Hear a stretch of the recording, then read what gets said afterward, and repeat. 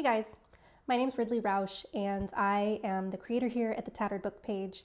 I had an opportunity to visit Canby, Oregon this weekend, and I figured since I'm in town, why don't we take the time to visit a haunted cemetery while we're here?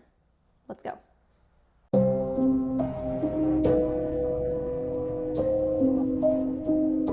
So if you're not familiar with the town of Canby, it is located between the Willamette and the Molalla Rivers, just south of Portland, Oregon.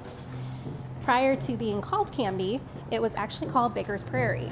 Now, it was named this because of one of the early settlers who came here in the 1800s, who had come up from California with a cattle drive, and he was looking to establish a little homesteading spot for himself, which he did successfully. So it's important to note that during this time, it was when the West was essentially expanding.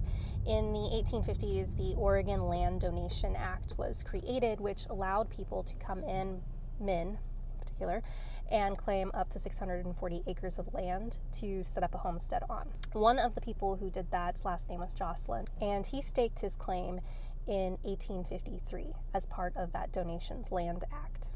Fast forward a few years, and he actually took and donated a portion of that land for $1 to the community of Baker's Prairie. Now, he did this so that they could establish a cemetery as part of their community.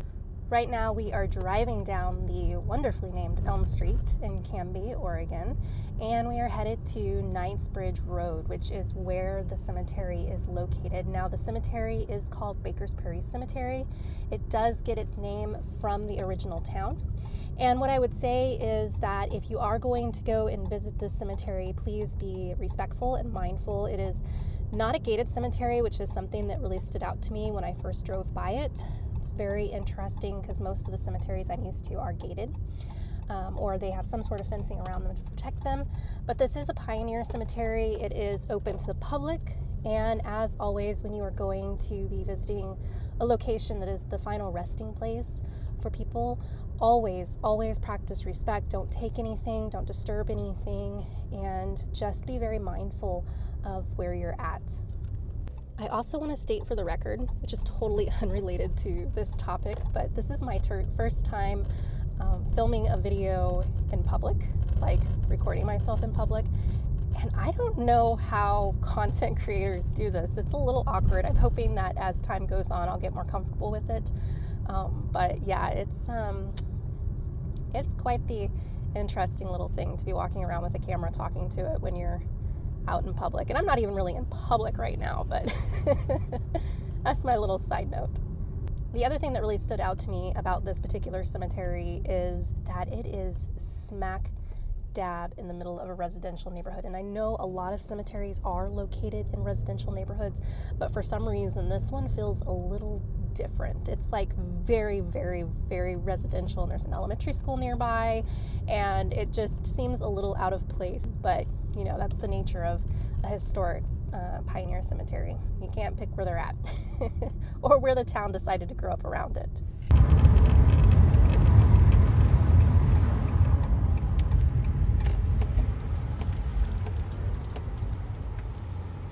Okay, so we made it. We are at Baker Prairie Cemetery.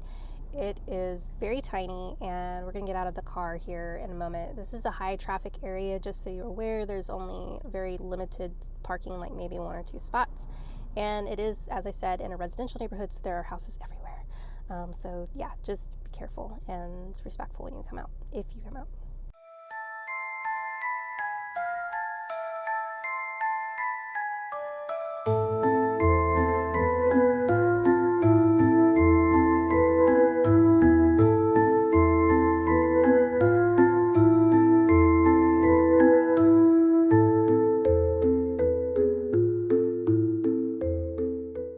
Another thing that really stands out to me about the cemetery is it appears to be really well cared for. There are definitely people, it appears, that have come out here and repaired some of the stones. So once again, you know, this is obviously a really well-loved place for the community.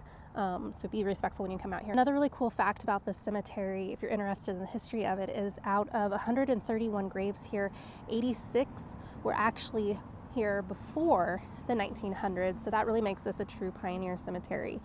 Now, what really interested me about this cemetery is the ghost story.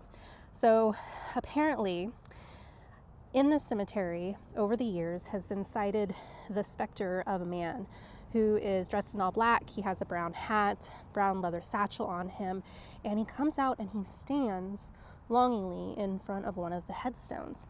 And people say that if you try to approach him, either he will disappear or he will go walking down Knightsbridge Road and again disappear into the mist.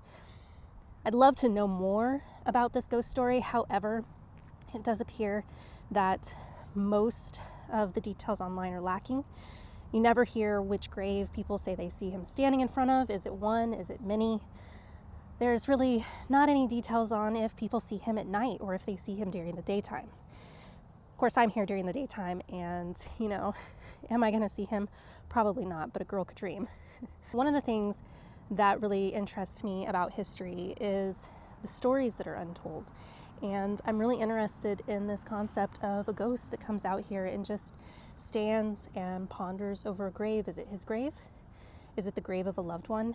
Is he even aware that he's dead? Does he know that he does this ritual on a regular basis? What exactly is the story behind this man? Is there any speculation in the community as to who he might be? All these are questions that obviously we don't have answers to, and I would love to have answers to. But since it is broad daylight and I have lots of open windows from houses staring at me, I'm going to take a little bit more B-roll for you, and then I'm going to hop back in my car and head back, and we can debrief when I get back to the hotel. Okay, we are back at the hotel, and my main impression is that I kind of do, maybe just a little bit, want to go back later tonight, even though there's a lot of houses around. Of course, I'll be by myself, so also not probably very smart, but I think I would like to go back this evening. So we'll see once again if I don't chicken out and I go back later this evening. But if I don't go back later this evening, I just want to say, 1, cemetery is really well cared for. 2, it is open and available to be visited by the public. Just be respectful if you do go there. And 3, if you're interested in more of the history around this and the haunting, there is a lot of information online that I was able to find. I will link that information in the description to this video below.